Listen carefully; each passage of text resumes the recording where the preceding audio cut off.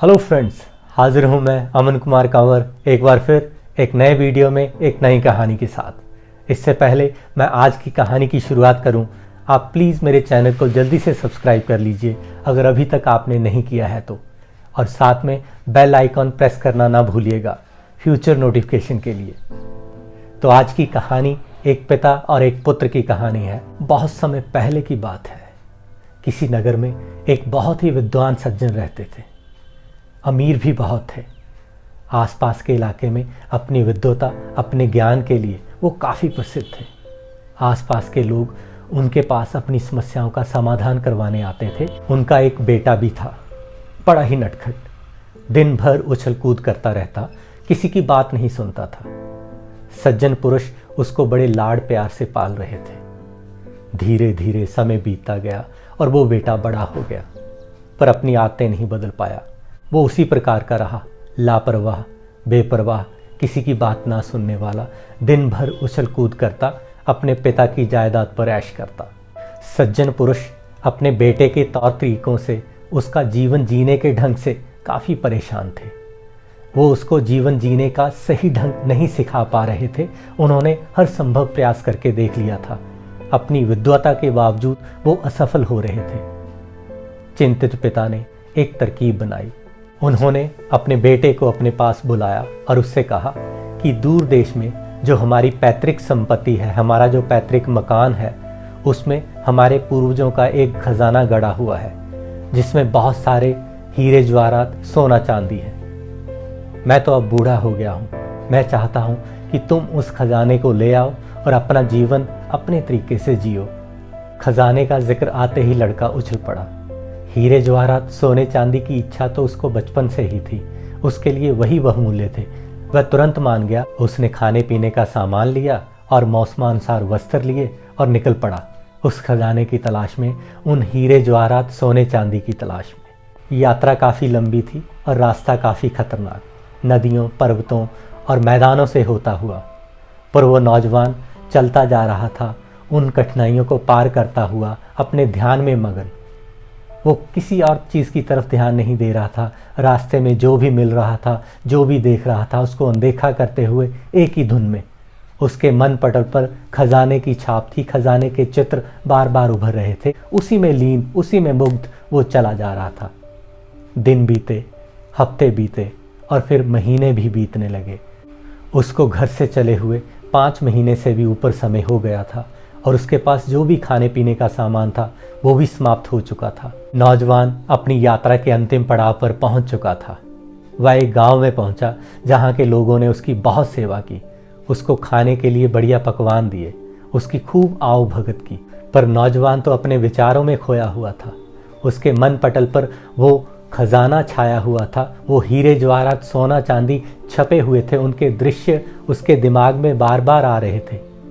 उसने उन लोगों की आओ भगत पर, उनकी सेवा पर कोई ध्यान नहीं दिया और बिना आभार व्यक्त किए वहां से निकल पड़ा अपने खजाने की ओर। अंततः अपने पिता के पैतृक गांव पहुंचा, उस मकान को देखा और फिर उस पेड़ की तलाश करने लगा जिसका पता उसके पिता ने बताया था। उस पेड़ को ढूंढकर उसने उस पेड़ के आसपास की ज़मीन को खोदना शुरू किया। बड़े ही शीघ्रता से वो झटपट उस खजाने को हासिल करना चाहता था। 1 घंटा खोदता रहा पर उसको कुछ नहीं मिला। फिर खोदता गया बिना विश्राम किए। वो सारा दिन उस पेड़ के आसपास की ज़मीन को खोदता रहा पर उसको खजाना नहीं मिला। थक चुका था पर रुका नहीं। खजाने का लालच उसको रुकने नहीं दे रहा था। रात हुई, वह फिर भी नहीं रुका। पूरे 3 दिन बिना रुके लगातार वो उस पेड़ की आसपास की सारी ज़मीन खोदता रहा उस खजाने की तलाश में।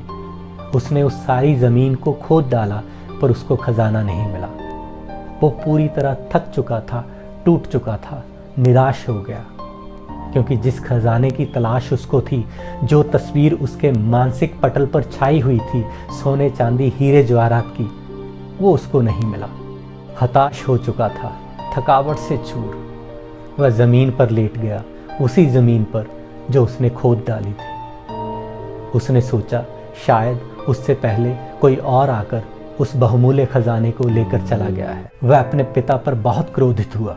उसको अपने पिता पर बहुत क्रोध आया कि उसके पिता ने उसको पहले समय रहते इस खजाने के बारे में नहीं बताया था, नहीं तो आज यह खजाना उसका होता। उसने वापस जाकर अपने पिता के साथ लड़ने की सोची।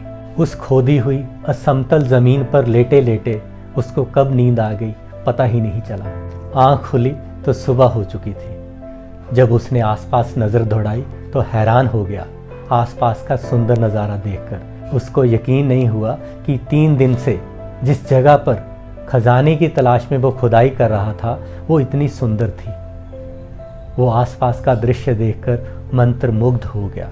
उसको ज़ोरों की भूख लगी थी क्योंकि 2 दिन से उसने कुछ नहीं खाया था और उसके पास खाने के लिए कुछ भी शेष नहीं था। तब उसको याद आई उस गांव के लोगों की जिन्होंने उसकी खूब आवभगत की थी। वो गांव पास में ही था। उसने अपना सामान समेटा और उस गांव की तरफ चल पड़ा। उस गांव के लोगों ने फिर उसको हाथों हाथ ले लिया, उसकी खूब आवभगत की। वह पूरा 1 महीना उन लोगों के बीच रहा, उनके बारे में जाना, उनसे मित्रता की, उनके व्यवसाय के बारे में जाना, उनके जीने के तौर तरीकों के बारे में जाना। उसको अत्यंत प्रसन्नता महसूस हुई।